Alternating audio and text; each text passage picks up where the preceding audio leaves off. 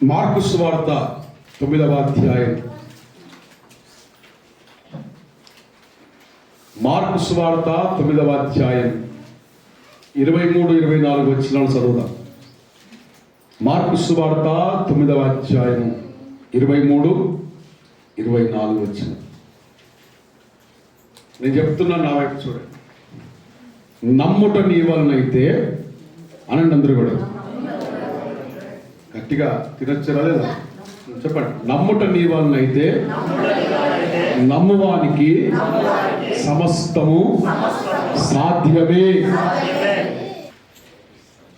దేవునికి అన్ని సాధ్యమే. చెప్పండి, దేవునికి అవునా కాదా? నీ రోగాన్ని తొలగించేది దేవునికి సాధ్యమేనా కాదా? నమ్మిన స్తోత్రం చెప్పండి. నీకున్న బాధలు, కష్టాలు తొలగించడం దేవునికి సాధ్యమా కాదా? సాధ్యమైతే స్తోత్రం చెప్పు. ఆయనకి ఏమైనా అసాధ్యం ఉన్నదా? ఏసయ్యతో ఇది కాదు అని ఏదైనా ఉన్నదా పని? చెప్పండి చెప్పండి. అయ్యా యేసు అన్ని అయితే కానీ ఏసయ్యతో ఈ పని కాదు అని ఏదైనా పని ఉందా? చెప్పు బిడ్డ, చెప్పు. అన్ని సాధ్యమేనా? కొన్నే సాధ్యమా? హల్లెలూయా. అన్ని అన్ని అన్ని అన్ని సాధ్యమే.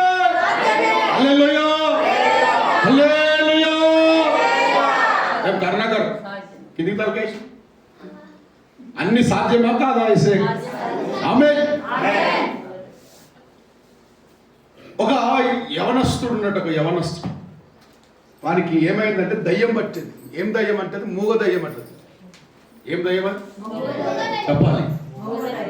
మూగ దయ్యం ఎట్లుంటుంది? మీరున్నట్టే ఉంటుంది.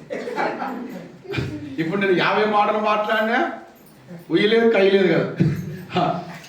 కొంతమంది ఎట్లా ఉంటారు అంటే, మనము ఇక వాటితో మాట్లాడుతూనే ఉండాలి. చెప్పురా చెప్పురా బాబు, చెప్పమ్మా చెప్పమ్మా. 50 సార్లు అడిగితే 50వ సార్ ఏమంటుంది సార్?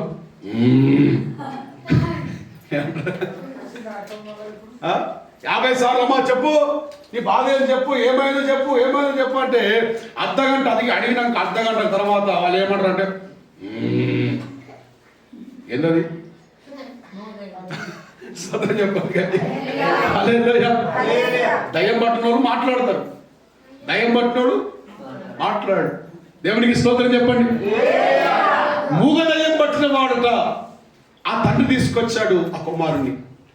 ఆ దయ్యం ఏం చేస్తుందంటే, ఎక్కడ నీళ్లు ఉంటే అక్కడ పడేస్తుంది ఆ దయ్యం. అని నీళ్ళలో పడి కొట్టుకుంటున్నాడు, సొమ్మొచ్చినోడిలా కొట్టుకుంటున్నాడు, నోట్లకించి నురుగగారుతుంది, విలవిలలాడుతున్నాడు. విలవిలలాడి అగ్ని ఎక్కడుంటే అక్కడ పడేస్తుంది, అగ్నిలో పొయ్యిలో పడేస్తుంది, నీళ్ళు ఎక్కడుంటే అక్కడ పడేస్తుంది దయ్యం. ఆమేన్. అయ్యో, ఎన్నో హాస్పిటల్ తిరిగాడు, ఎంతో మంది మంత్రగాళ్ళ దగ్గర పోయాడు, ఏమాత్రం కూడా వానికి మేలు జరగలేదు. చివరికి యేసయ్య దగ్గర తీసుకొచ్చాడు. యేసయ్య శిష్యులు ఉన్నారట. యేసయ్య దగ్గర శిష్యులు ఉంటే వాళ్ళు ప్రార్థన చేశారట, కానీ వానికి ఏమీ కాలేదట.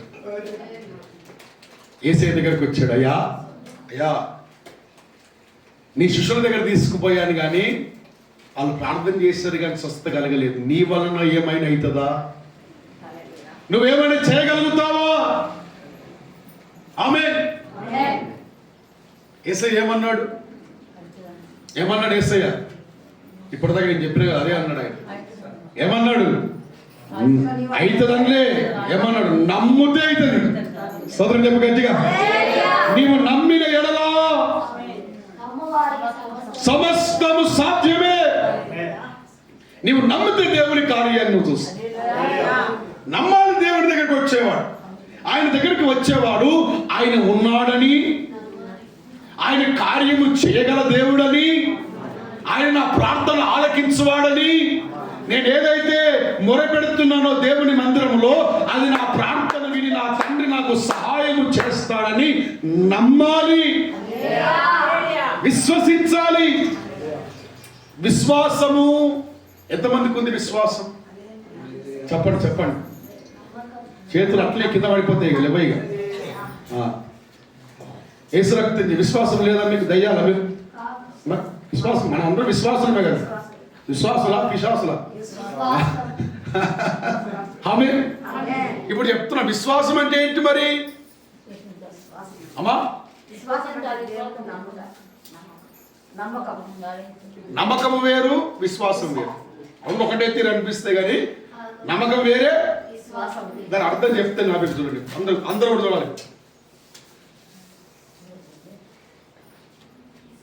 ఆడపిల్లలు ఏం చేస్తారంటే గర్భవతులు అవుతారు.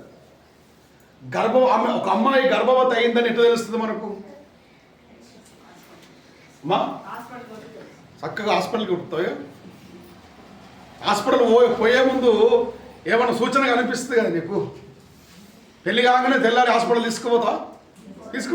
ఎప్పుడు తీసుకుపోతావు హాస్పిటల్? అమ్మా అది ఏం తెలుస్తుంది నీకు? అంటే నీకు తెలిసింది ఒక ఆమె గర్భవతి అయిందని ఎట్లా తెలుస్తుంది నీకు? అది ఏదో ఒకటి ఉంటుంది కదా. వాంతులు అవుతున్నాయి అంటే అరే అమ్మాయి ప్రెగ్నెంట్ ఉన్నదేమో, హాస్పిటల్ పోయి చూపిద్దాంరా అని చెప్పి అనుకుంటాం. అంటే వాంతులు అవుతున్నాయి అంటే నీకు అర్థమైంది ఆమె గర్భంలో పిండం పడుతుంది అని అర్థం. చూసినావా పిండాన్ని? చూసినావా నువ్వు? చెప్పాలి. పిండాన్ని చూసినావా? లోపల కడుపు ఏమన్నా పెద్దగా అయిందా? చెప్పాలి. కడుపు ఏమైనా పెద్దగా అయిందా లోపల? లేకపోతే ఆ పిల్లకు అబ్బో నా కడుపులో కొడుకు ఎగురుతుండు తంతుండు అంటుందా? అనదలేదు. అప్పుడే ఆరంభం కదా, అప్పుడే ఆరంభం, ఏమీ లేదు. కానీ లోపల పిండము ఉన్నదని నువ్వేం చేస్తున్నావు అంటే విశ్వసిస్తున్నావు. విశ్వాసం అంటే అది. విశ్వాసం అంటే ఏంటంటే నిరీక్షించు వాటి యొక్క నిజస్వరూపము. నిరీక్షణ అంటే అర్థం ఏంటి? దేన్నైతే నువ్వు ఎదురు చూస్తున్నావో ఆ ఎదురు చూసేదాన్ని పొందుకున్నావు అని నమ్మడమే విశ్వాసం. చెప్ప గట్టిగా. నమ్మకం ఏంటి? నమ్మకం ఏంటంటే కడుపు పెరుగుతుంది లోపల ఉన్నటువంటి శిశువు కాళ్ళతో తంతున్నారు. అప్పుడు నీకు నమ్మకం, అరే గర్భంలో ఉన్న శిశువు తంతున్నాడు. ఆమె సోదరు చెప్పు. అదేంటి? నమ్మకం. అది నమ్మకం. చూచినా దాన్ని నమ్మడం నమ్మకం, చూడకపోయినా నేను పొందుకున్నాను అని చెప్పడమే విశ్వాసం. క్రైస్తవుడు దేవుడు కార్యం చేస్తేనే స్తోత్రమై అనొద్దు కానీ ఇదిగో కార్యము చేయకపోయినా ఆయన నా జీవితంలో చేస్తాడు అని నమ్మడమే విశ్వాసం. నమ్మిన వారు, అర్థమైన వారు స్తోత్రం చెప్పండి. హల్లెలూయా.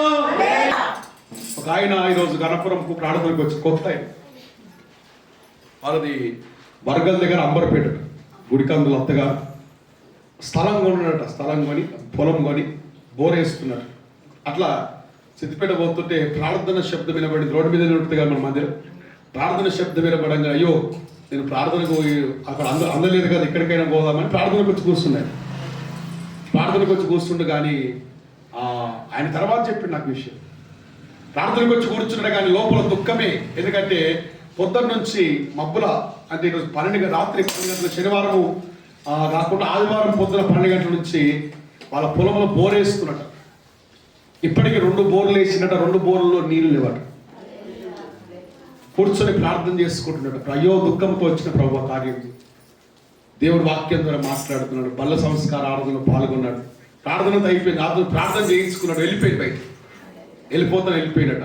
వెళ్ళిపోతుంటే ఆయనకు ఫోన్ వచ్చింది. 3వ బోర్ వేసాడు, అందులో పుష్కలమైన నీళ్ళు వచ్చినాయి.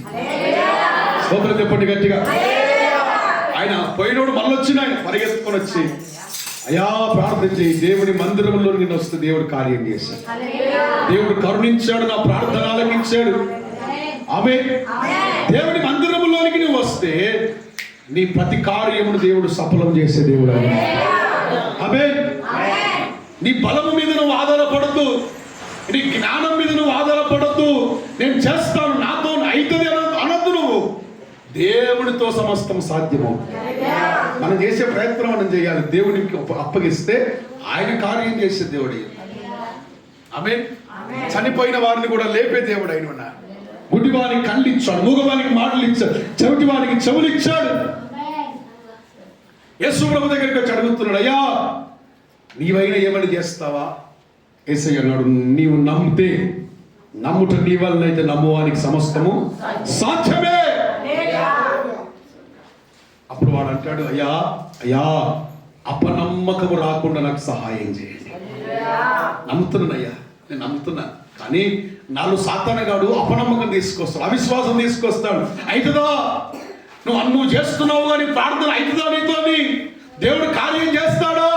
ఇదిగో ఆ ఎదురింటోని చూడు, ఈ పక్కింటోని చూడు, వాడి జీవితంలో ఎలా జరుగుతుంది, నీ జీవితంలో ఏం జరుగుతుంది అని అవిశ్వాసము అనేటువంటి ఒక విత్తనము అపవాది నీ హృదయంలో నాటుతాడు. అందుకే ఆ తండ్రి ప్రార్థన చేస్తున్నాడు, అయ్యా నేను నమ్ముతున్నాను కానీ అపనమ్మకము నాకు రాకుండా నువ్వు నాకు సహాయం చేయి తండ్రి. వాక్యంలో ఉంది, కన్నీళ్లు గాడ్చి ఏడ్చాడట. ఒక వ్యక్తి ఎప్పుడు ఏడుస్తాడంటే దుఃఖం ఉంటే ఏడుస్తాడు. తన కొడుకును చూడలేకపోతున్నాడు, ఎక్కడ పడితే అక్కడ పడిపోతున్నాడు, అగ్నిలో పడిపోతున్నాడు, నీళ్ళలో పడిపోతున్నాడు, నురుగు గారుస్తున్నాడు, విలవిలలాడుతున్నాడు. చేయవలసినవన్నీ చేశాడు, చూపించిన ఆ స్థలాలకు వెళ్ళి చూపించాడు, ఏమి లాభం లేదు.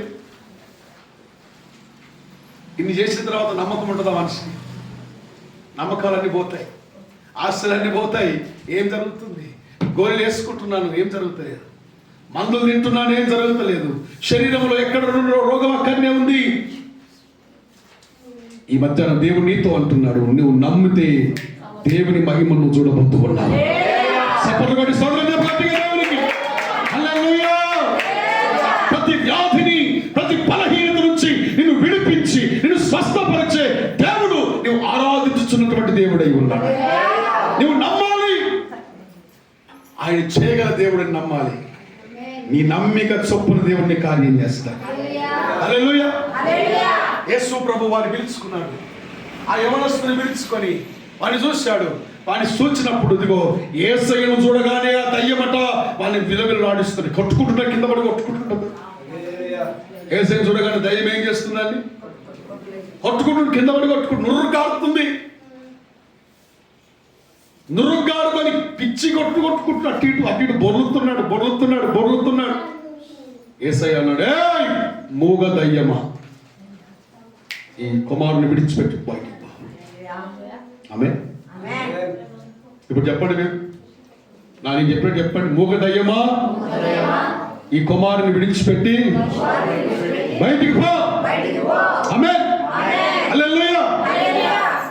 నీకు చెప్పుకోవాలి, సాతానా నా కుటుంబాన్ని విడిచిపెట్టి బయటికి పో, నా పిల్లల్ని విడిచిపెట్టి బయటికి పో, నా భార్యని విడిచిపెట్టి బయటికి పో, నా భర్తని విడిచిపెట్టి బయటికి పో. హల్లెలూయా. యేసు నామములో నీ కార్యాలన్నీ కాల్చివేస్తూ ఉన్నాను. హల్లెలూయా. నువ్వు పలుకుతున్నగానే దేవుడు జయమిచ్చునుగాక. హల్లెలూయా. నీ నోట్లోనే దేవుడు శక్తి పెట్టాడు, నీ నాలుక మీదనే శక్తి పెట్టాడు. పలకాలి, నీ నోరు తెలిసి పలుకుతే కార్యం జరుగుతుంది. ఆమేన్. వాడు అంటున్నాడు, అయ్యా నేను నమ్ముతున్నానయ్యా. యేసయ్య అన్నాడు, ఏ సైతానా వాడిని విడిచిపెట్టుకోమని ఇంకెక్కువైపోయింది అది. ఇంకా కొట్టుకొని చచ్చిపోయినలాగా పడిపోయాడు. అక్కడ అందరూ చాలా మంది వచ్చారు, అయ్యో వీడు చచ్చిపోయాడు రా, ఈ పోటు చచ్చిపోయాడు అనుకున్నారు. ఉలుకు లేదు, పలుకు లేదు, పచ్చినాళ్ళకు పడిపోయాడు. యేసయ్య వచ్చి వాడిని చేయి పట్టుకోవాలని లేచి కూర్చున్నాడు. సపోర్ట్ కొట్టి స్తోత్రం చెప్పు. హల్లెలూయా. లేచి కూర్చున్నాడు. ఆమేన్. నేను అంటాను, నీవు నమ్మితే ఈ మధ్యాహ్నం నీవు నమ్మితే దేవుని యొక్క మహిమను నువ్వు చూస్తావు. స్తోత్రం. నీకు ఏ బలహీనత ఉన్నా, ఏ రోగం ఉన్నా, ఏ వ్యాధి ఉన్నా, ఎంత ఆర్థికమైన ఇబ్బందులు ఉన్నా, ఇదిగో ఈ మధ్యాహ్నం నేను ప్రకటిస్తున్న ప్రభువు నీకు సహాయం చేయడానికి సిద్ధంగా ఉన్నాడు. నీకు సహాయం చేయడానికి సిద్ధంగా ఉన్నాడు. నువ్వు అడగాలి, ప్రభువా నాలో అపనమ్మకం రావద్దు నాయన, నాలో అవిశ్వాసం రావద్దు నాయన. అయ్యా నేను నమ్ముతున్నానయ్యా, పరిపూర్ణంగా నమ్ముతున్నాను. నేను నీవే నాకు సహాయం చేసే దేవుడు. నీవు తప్ప నాకు దిక్కు లేదు నాయన, నీవు తప్ప నాకు ఆధారం లేదు నాయన, నీవు తప్ప నాకు ఏ బలము లేదు, ఏ శక్తి లేదు నాయన, ఎవరి మీద నేను ఆధారపడడం లేదయ్యా. నిన్నే నమ్ముతున్నాను. నీవే నా కుటుంబాన్ని కట్టే దేవుడు, నీవే నా జీవితాన్ని కట్టే దేవుడవు, నా స్థితులన్నీ మార్చే దేవుడవు, నా పరిస్థితులన్నీ మార్చే దేవుడవు. నేను నిన్నే నమ్ముచున్నాను. నువ్వు ప్రార్థన చేస్తే దేవుడు కార్యం చేసే దేవుడు. స్తోత్రం చెప్పండి గట్టిగా. హల్లెలూయా. నమ్మాలి దేవుడి కార్యాలు. యేసు ప్రభు యొక్క స్నేహితుడు ఒక ఆయన ఉన్నాడు, ఆయన పేరు లాజరు అని అందరూ కూడా అడిగి చెప్పాలి. ఆ లాజరు ఏమయ్యాడట? రోగి అయిపోయాడట. ఆయనకు రోగం వచ్చింది. రోగం వస్తే వాళ్ళ బంధువులందరూ యేసేకు పత్రిక లెటర్ రాశారయ్యా, నీవు ప్రేమించేటువంటి నీ ప్రియమైన స్నేహితుడు రోగి అయిపోయాడు, వచ్చి చివరి చూపులు చూసుకో. అతనికి ఇంకా ఏమి కాకముందే రాయ్యా అని ఒక ఉత్తరం రాస్తే యేసయ్య రాలేదట. ఇంకా 4 రోజులు ఉంటాండి. తర్వాత పోతే అప్పటికి చనిపోయాడు ఆయన. 4 రోజులు అయిపోయి చనిపోయి యేసయ్య పోయాడు. అప్పటికి ఆయన సమాధి చేశారు, సమాధిలో పెట్టారు. యూదులు సమాధి ఎలా ఉంటుందంటే రాళ్లను తొలిచి ఆ రాళ్ళలో సమాధి పెట్టి రాయి మూసేస్తారు. మనలాగా భూమిలో పాతి పెట్టరు, రాళ్ళలో పెడతారు. పెద్ద పెద్ద రాళ్ళు ఉంటాయి కదా, రాళ్ళను తవ్వి ఆ రాళ్ళలో పెట్టి మూసేస్తారు. అట్లా మూసేశారు. అప్పటికే సమాధి కార్యక్రమం అయిపోయి 4 రోజులు అయిపోయింది. యేసయ్య వచ్చాడు. యేసయ్య రాగానే ఆ యొక్క స్నేహితునికి 2 అక్క చెల్లెలు ఉన్నారు, మార్తమ్మ మరియమ్మ. వాళ్ళు అంటారయ్యా, ఒక 4 రోజుల ముందు వస్తే నా తమ్ముడు బతికేవాడు కదా, నువ్వు బతికిచ్చేవాడివి కదా. ఇప్పుడు అయిపోయింది, అన్నీ అయిపోయింది, ఏం లేదు ఇక. అప్పటికి చచ్చిపోయి 4 రోజులు అయిపోయింది, ఇంకేం చేస్తావు? నీతో ఏమైతుంది? అది అనుకుంటారు. బతుకుంటే బాగు చేసేవాడు కదా యేసయ్య, చచ్చినోని కూడా లేపుతాడా? అది ఆయన కాదు కావచ్చు, బతుకుంటే బాగు చేస్తాడు అనుకుంటారు వాళ్ళు. హల్లెలూయా. యేసయ్య అంటాడు, అమ్మా అమ్మా, నీవు నమ్మిన ఎడల దేవుని మహిమను చూస్తా. చెప్పండి గట్టిగా. నీవు నమ్మితే దేవుని మహిమను చూస్తావు. నమ్ము దేవుని కార్యాలు నమ్ము. ఎందుకు అవిశ్వాసం వస్తుంది? ఎందుకు అపనమ్మకం వస్తుంది? దేవుడు కొన్ని చేస్తాడు, కొంతవరకే సహాయం చేస్తాడు ఎందుకు అనుకుంటున్నావు? ఆయన అన్ని చేయడానికి సమర్థుడు. ఆయన ఏదైనా చేయడానికి ఆయన సమర్థుడే. మార్తమ్మంటుంది, మరియమ్మ అంటుంది, అయ్యా ఒక 4 రోజుల ముందు వస్తే మా తమ్ముడు బతికేవాడు కదా. యేసయ్య అంటాడు, పదండి, సమాధి దగ్గరికి పదండి, సమాధి తెరవండి అని చెప్తాడు ఆయన. వాళ్ళు అంటారు, అయ్యా 4 రోజులు అయిపోయింది, చనిపోయి వాసన వస్తుందయ్యా, కుళ్ళు వాసన వస్తుందయ్యా, రోగంతో చచ్చిపోయాడు, గబ్బు వాసన వస్తుంది, సమాధి తెరవమంటున్నావు. యేసయ్య అంటాడు, తెరవండి సమాధి తెరిచారు. రాయి తెరిస్తే యేసయ్య అంటాడు, లాజర్ బయటికి రా. స్తోత్రం చెప్పండి గట్టిగా. లాజర్ బయటికి రా అని పిలవగానే నిద్రలో నుంచి లేచినట్లుగా చచ్చిపోయిన వాడు, 4 రోజుల కింద చచ్చిపోయిన వాడు వెంటనే లేచి అలాగే నడుచుకుంటూ వచ్చాడు. 2 చేతుల దగ్గరికి స్తోత్రం చెప్పండి గట్టిగా. హల్లెలూయా. నీ ఆశలు చచ్చిపోవచ్చు, నీ ఆశలు చచ్చిపోవచ్చు, నువ్వు అనుకున్నవి ఆగిపోవచ్చు, ఇక జరగవు అని అనుకుంటున్నావేమో. నా దేవుడు మరణములో నుండి జీవానికి నడిపించడానికి కూడా సమర్థుడే. నీ మృతమైపోయినటువంటి ఆశలను మరలా బ్రతికించగలిగిన దేవుడై ఉన్నాడు ఆయన. ఒక్క పిలుపు చాలు మరలా జీవం వస్తుంది నీకు. ఎండిపోయిన ఎముకలను కూడా బ్రతికించిన దేవుడు, ఎముకలను కూడా జీవింపజేయగలిగిన దేవుడు నీవు నేను ఆరాధించుతున్నటువంటి మన ఆరాధ్య దైవం యేసు ప్రభువు అయి ఉన్నారు. ఇదిగో ఈ మధ్యాహ్నం దేవుని మాటను బట్టి ధైర్యపరుస్తున్నాడు బిడ్డ. నమ్మిక ఉంచు. నువ్వు నమ్మితే దేవుని మహిమను చూస్తా. నమ్ముట నీ వల్లైతే నమ్మువానికి సమస్తము సాధ్యమని పలికాడు కదా నా ప్రభు. ఇదిగో చచ్చిపోయినటువంటి స్థితిలో నుంచి కూడా మరలా జీవాన్ని పుట్టిస్తాడు, ఆశలు పుట్టిస్తాడు. చెట్టట కొట్టివేయబడిందట, చెట్టు పూర్తి కొట్టివేయబడిందట, కేవలం మొద్దు మాత్రం వెలిగిందట. వాక్యంలో ఉంది కదా, యెషయా గ్రంథం 6వ అధ్యాయంలో ఆ పూర్తిగా నరికి వేయబడినటువంటి ఆ మొద్దులో నుండి మరలా చిగురు పుట్టించే దేవుడు. స్తోత్రం చెప్పు గట్టిగా. విశ్వసించండి, విశ్వసించండి. మధ్యాహ్నం నూతన కార్యాలు దేవుడు చేయబోతున్నాడు. బలమైన కార్యాలు దేవుడు జరిగించబోతున్నాడు. నువ్వు ఊహించిన వాటికంటే, అడిగిన వాటికంటే అత్యధికమైన కార్యాలు నా ప్రభు చేయబోతూ ఉన్నాడు. ఆయన నమ్మండి, విశ్వసించండి. దేవుని మహిమను మీరు చూడబోతూ ఉన్నారు. ఈ సంవత్సరం గొప్ప కార్యాలు దేవుడు మీ కుటుంబంలో, మీ వ్యక్తిగత జీవితంలో, మీ ఆరోగ్య విషయంలో, మీ ఆర్థిక పరమైన విషయంలో నా ప్రభు కార్యములు చెయ్యునుగాక. మోకరించండి, మోకరించండి, మోకరించి 2 చేతులు ఆకాశం వైపు అడుగుదాం. నాలో అవిశ్వాసం రావద్దు నాయన, అపనమ్మిక నాకు రావద్దు నాయన. నాలో విశ్వాసం పుట్టించి, నాకు నమ్మకం పుట్టించమని అడుగుదాం ప్రభుని, అడుగుదాం.